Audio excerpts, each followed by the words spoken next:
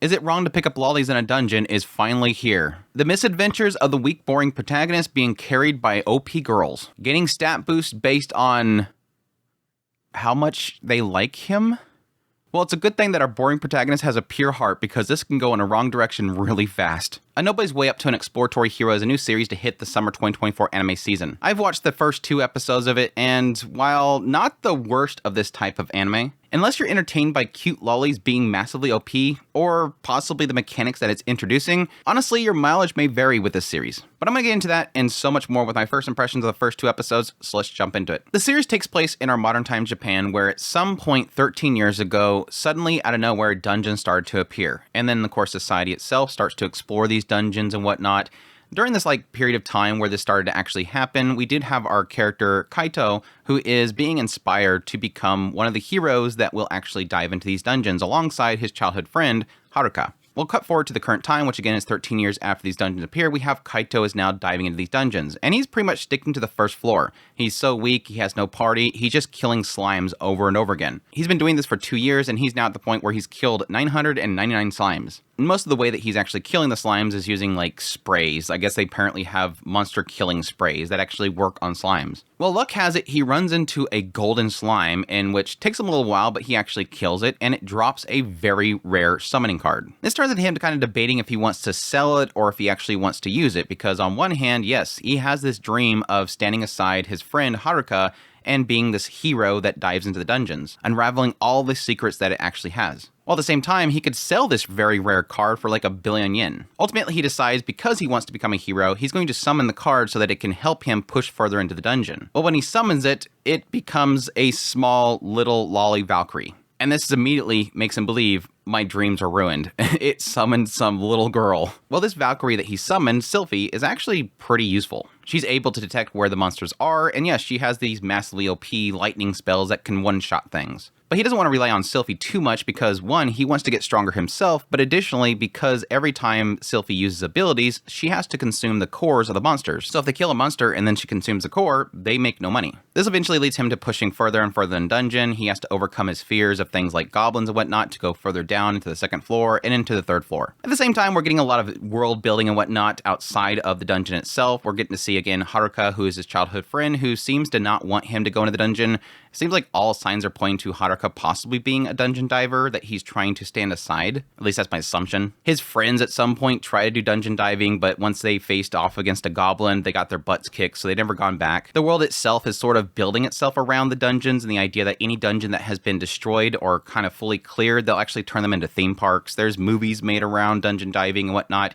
It seems like it's a central point of a lot of the economy. At some point while he's dungeon diving, he does reach level 10, and at that point he receives the title of God's Blessing. And this is essentially a skill that boosts the stat increases gained from leveling, depending on the degree of love from the divine. Which, yes, in this case is Sylphie. So depending on how much Sylphie likes him, he will gain more stat boosts every time he levels, which makes him pretty much start to praise her and say how he wants to make her like his little sister and wants to call her Sylph and all these kind of things in order to increase their relationship. Which is, like I was saying earlier, is kind of like one of those questionable mark things of okay, what is this guy going to do? Start making her fall in love with him?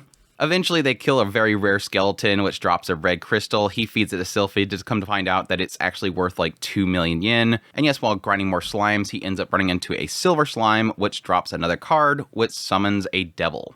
And that's pretty much where they wrap it up, him summoning his 2nd lolly. So my thoughts on this series so far. I think it's kind of middle area for me. It's got enough in here that's actually intriguing me with the systems and whatnot of the actual world itself. I think the storyteller is doing a decent job of making it a believable modern days type of reality. It's sort of in the same vein as something like Solo Leveling, where you have a character that is in modern times Japan who makes a living by dungeon diving and getting loot from the dungeon itself. And yes, the further in the dungeon you go, the more loot you get, the more money you make. It's very much so about making a living from a dungeon in a modern setting. Yes, the big hook that I think this series has, and I think it's the only thing that's going to give it enough flavor that most people will actually continue to watch it, is yes, having the main character being supported by cute lollies. Yes, Sylphie and Lucilia, which I think is the 2nd one that they actually summon, these two lolis. That's one is basically divine, a Valkyrie, while the other one looks like some sort of devilish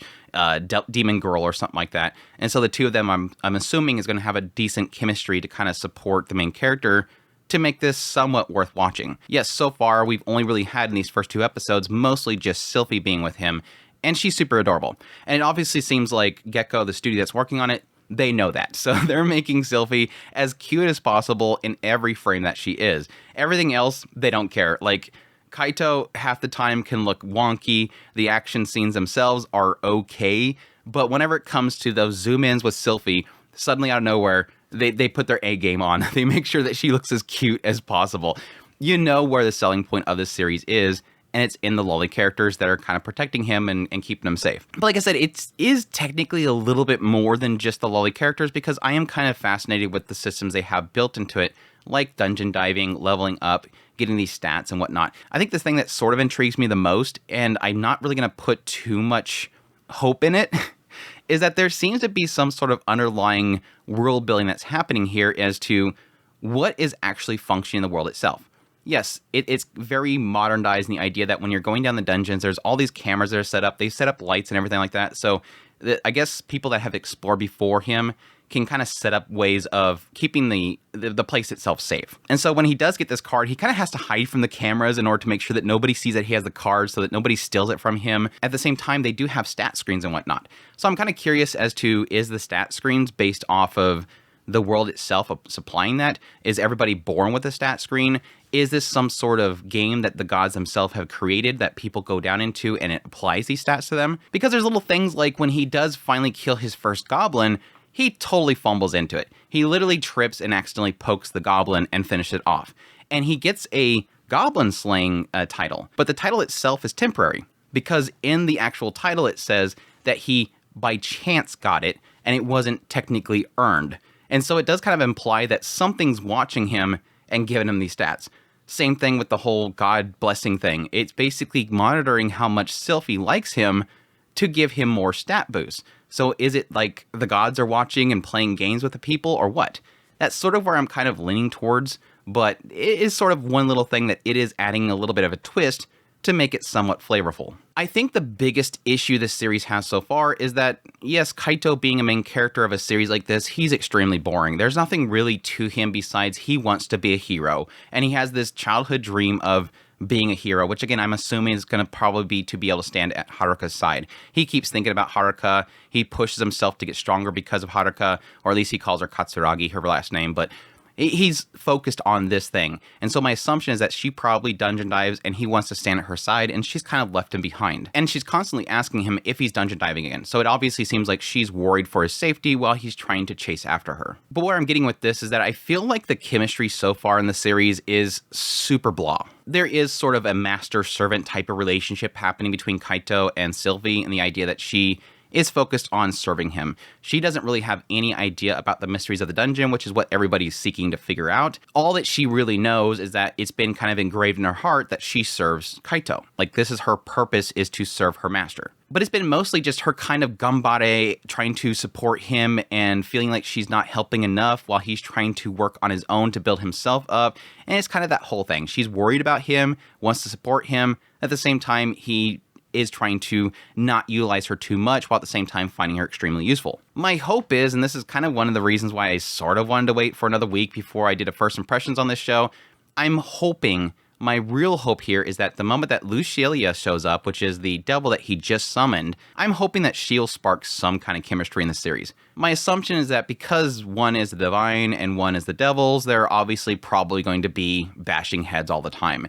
And with them both wanting to serve Kaito, they're probably going to turn into them both just wanting to get his attention. And so there may be some chemistry produced by the idea that you're going to have the devil girl and the goddess girl that are constantly bickering at each other and trying to fight for Kaito's attention. Not to say that that is an opening the door to some amazing chemistry or anything like that, but it will kind of spark something in here to make it somewhat entertaining. Maybe a mischievous aspect to purity or something like that. It was kind of odd that he took like 5 minutes to figure out if he was going to summon Sylphie. And the moment that he got the Lucilia card, he immediately summoned it. Like, he didn't hesitate at all. It's kind of one of those things where I guess you can assume that it's because the fact that it was a devil card and not a goddess card that it may not sell at all. But he did make some kind of comment about having a dream of having a pair of a goddess and a devil. So I'm not really sure what that's about. Maybe that was something that was cut from the adaptation, that he had a dream having Sylphie and now having some sort of devil girl. But again, I'm hoping that she'll kind of invigorate the story a little bit. There's also a lot of characters in the OP that I'm kind of interested to see. So hopefully, as they start introducing more characters, it'll get them a little more interesting. I think they wasted a little bit too much time in these first 2 episodes just focusing on Kaito leveling up. But anyways, that is my thoughts so far on Is It Wrong to Pick Up Lollies in a Dungeon, a new series that has some potential, but I won't say yet that it's going to be something that's going to knock anybody's shoes off. Again, the only people that I really think that are going to really kind of jump into this immediately is going to be people that like that, you know, the Loli characters, the OP Loli characters that are just kind of a lot of fun, standing aside the boring character. But I hope you guys enjoyed this video. As always, if you did, make sure that like button down below, comment. Let me know what you think of the series so far if you're going to be checking it out. Additionally, if you're new to the channel, make sure to subscribe. I'll be doing first impressions of all the shows of the season, so definitely stay tuned. If you like this content and you want to support the channel more, I have a Patreon link, tips, links, or thanks membership button below. Greatly appreciate what it does, and y'all take care.